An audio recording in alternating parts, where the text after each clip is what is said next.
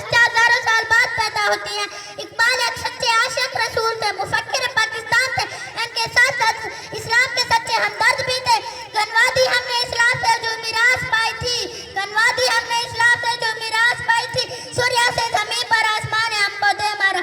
वो वक्त के जब इंसानियत अंधेरे में गुम हो चुकी थी, मुसलमान गुलामी की जंजीरों में जकड़े जा चुके थे, तब अल्लाह ताला को बेबस मुसलमानों की बेबसी पर रहम आ गया।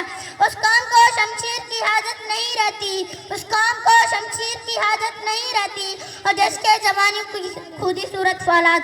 इन्होंने अपनी शायरी के जरिए बूढ़ों बच्चों औरतों को निशाने मंजिल देने की कोशिश की।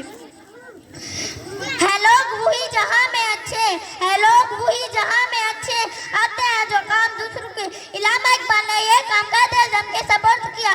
जो शम्मा उन्होंने जलाई उसकी रोशनी खुद तो नहीं देख सके, पर हमारे लिए एक आज़ाद वतन हासिल किया।